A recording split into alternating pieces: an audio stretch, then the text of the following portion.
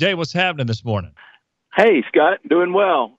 Thanks for having me on. Just getting back from a tournament, and then of course, the hangover from Masters weekend is always a great weekend for golf. It kind of really starts the golf year, so it's nice to get I feel like golf begins now. No doubt. I got to ask you, so you're over there in a very competitive environment, a lot of top 10 teams at A&M's Aggie Invitational, and you guys are 8th ranked. I think you finished 5th, right, at the end of the day.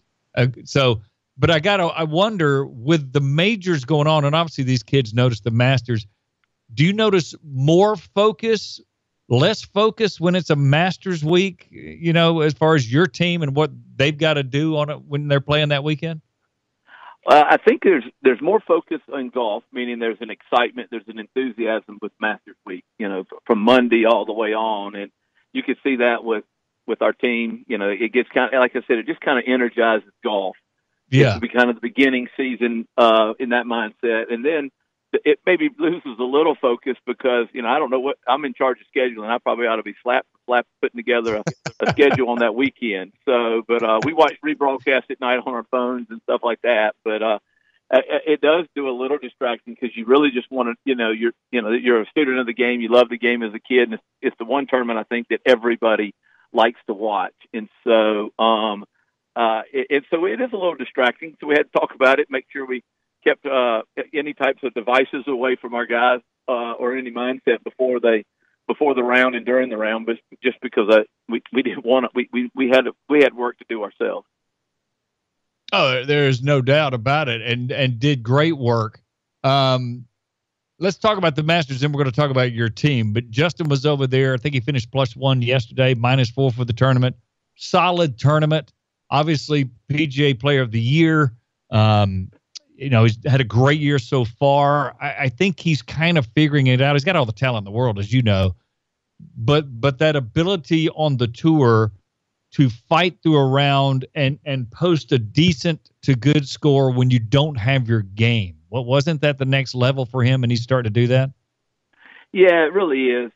He's just become consistent in his game. And that's what you got to do when you get out there. Those guys, it's like Patrick was on this week. And some guys are on their average. And what do you do when you have your average? What is your average? How good can your average be? And Justin has done an incredible job of making his average days, his C games, whatever you want to call it, really, really good. And you get those, if they can do that for a couple of days and stay in contention, then all of a sudden the competitive part of the game catches in. And I think if that's what he's done a great job. A couple of times this year he's kind of hung in there with C games, and then on the weekend he caught fire a little bit and got that, kind of found something or got into the competitive part of it that makes it where he can do it. And that's why he's become so successful. He's had a lot less hot and cold weeks, and has done a really good job of having hot weeks and then very, very good weeks. And that's just knowing your game, right? Maturing and knowing your game and everything being right. Absolutely. That is the biggest thing is to know how you play, and then to be able to, the maturation, maturing is an incredible thing, and it takes, everybody's got to learn it their way. And the more you know of you and how you handle things, because there's no defense, you can't kind of rely on anybody else. You're by yourself. And I think he's done an incredible job of maturing and knowing what he needs to do to be successful. And I think that's what all great players do. In any athletics, they learn from situations to become great. Did you know what you got when you recruited him? His dad was a pro. Obviously, he's in Kentucky. He was obviously really good, and, but did you even know what you had? You knew this was a special kid? Yeah, I don't know if we thought he was going to be the number 1 or 2 ranked player. Gets, one of the top 2 or 3 players in the world this early. But yeah, he had an incredible ability to win. He loved to compete, and we saw him win a great deal. And so we knew he was an elite player. And so yes, we knew we were getting somebody great. He definitely wasn't somebody that we had to help to develop. He was somebody who was at a high skill set. We just want to give him an environment, help him develop himself, his tools a little bit more, sharpen them, but also that part we talked about earlier, the maturing and how to handle adversity and how to handle when golf maybe is kicking you in the stomach a little bit. So you got other guys Bud Cauley obviously has done well. Steve Lowry has in the past. I know you didn't coach him. Trey Mullinax.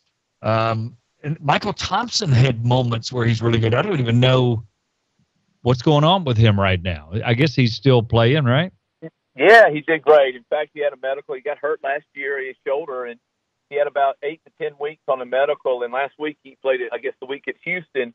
He had to finish 59th or better or lose his card. And he finished in the top 10, I think, or maybe 12th or something. I think it was 8th, I think. So, yeah, he's kept his card, and really proud of him. And, he's been out there for about 7 or 8 years without losing his card, and really proud of that. Bud the same. Bud has been on tour since he left college and continues just to be a great pro, and, right around the 50s in the FedEx, which is really good. And, Trey Mullinax is down here today. Actually, I'm getting ready to eat lunch with him after we talk. And so he's, wow. I think he's a star. I really do. I do think he's somebody in the next 2 to 3 years when he's always matured a little bit later, and the more he learns, but his skill set and his athleticism is off the charts. And I think in the next 2 or 3 years, y'all going to be calling me about him for sure. That's awesome. Jay Seawell, our guest here for a few minutes, head golf coach at Alabama's obviously put a lot of guys on the PGA Tour, and his team currently number 8 in the latest, that was before this past weekend, rankings going on there. So you and Nick Saban are dudes, right? So, I mean, I know you've helped him with his game. He still can't chip, but you try to help him with his game. How does he help you, though? Well, I think, what a tremendous, he's the best, arguably one of the, he's on the Mount Rushmore of all coaching. Forget just college football. I think you can put him on the Mount Rushmore of all coaching. And this is what I do for a living. It's all I've ever really done for 26 years. And anytime you can get a chance to see why he's so successful, I think he teaches me a great deal of how to be very good at what I do. I'm never going to be the coach he is, and it's not because I want to give up. I think he's just the best, and if I even thought I could be as good as him, that would be pretty arrogant. But I am very thankful for his friendship, and I learn a lot on just how he handles situations, even how he handles just wanting to learn how to chip. I think his attention to detail is off the chart. His competitive nature is Tiger-esque, Tiger Woods, kind of that, the wanting to beat somebody that way. I think that's an incredible thing. And so, but his friendship's been, something I treasure. I'm thankful for it. He helps me with, me trying to be a better coach, but I just enjoy hanging out and just being his friend. Has he helped you realize your recruiting prowess and how you, in that, because you sign guys, that are comparable to what he would do in his recruiting? Well, I think the importance of recruiting, I think a good coach realizes that that good players make good coaches. It's our job. I think sometimes the mistake can be I can do this, or I can make this kid, or I can do that. And I think if you fall into those traps too often, you can become the Cleveland Browns. Sorry, but and I think you better go get good players with have the ability to get better and that trust you. And so, yeah, I think it's something that all of us coaches know. We bet, and I think he's really good at, reminding people I'm a good coach because I have great players around me. And obviously you got to have talent. You can't take Justin Thomas and just make him into something, but you do help. So when you're out there looking, you're obviously looking for talent, but I want people to kind of understand what you do as a golf coach when you recruit, because you're not just going to get the top 10 players in the state, mark them off, and try to get as many as you can.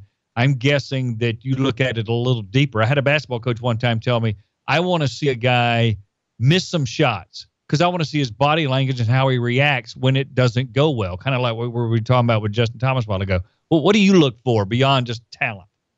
Yeah, well, we're going to look for fundamentals. We're going to look at, in the best you can, if they're a love for the game. And that's where you find out when they're missing shots or you shooting 80 or, making a bogey or double.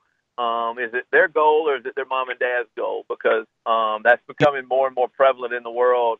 Us parents are tending to treat our children like commodities instead of children sometimes. And And if a guy makes a bad shot, how does his mom and dad react? How does he react to his mom and dad, and how he reacts to all of this? And so, little things like that. Team golf is something that only in college. It's very rare. You get it for a weekend in the Ryder Cup and the President's Cup, but it's basically an individual game.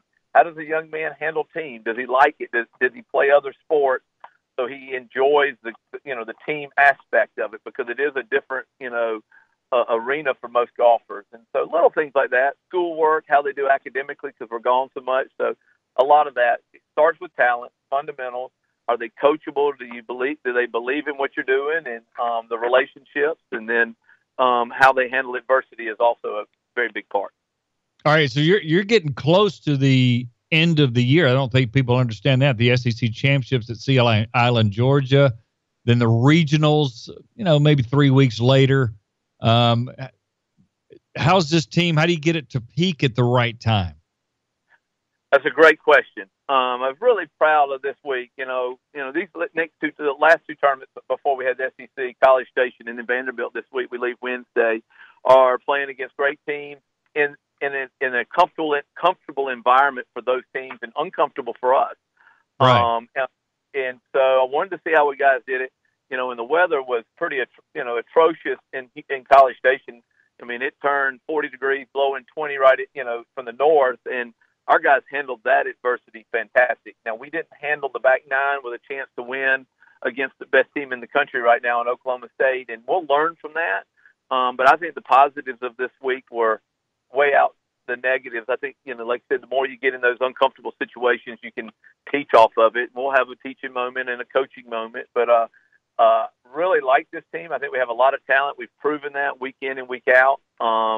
We've got to find a way to peak, and I think that's a great word. That's my job. You got to get 5 guys working closer to peaking at the same time, which is really difficult.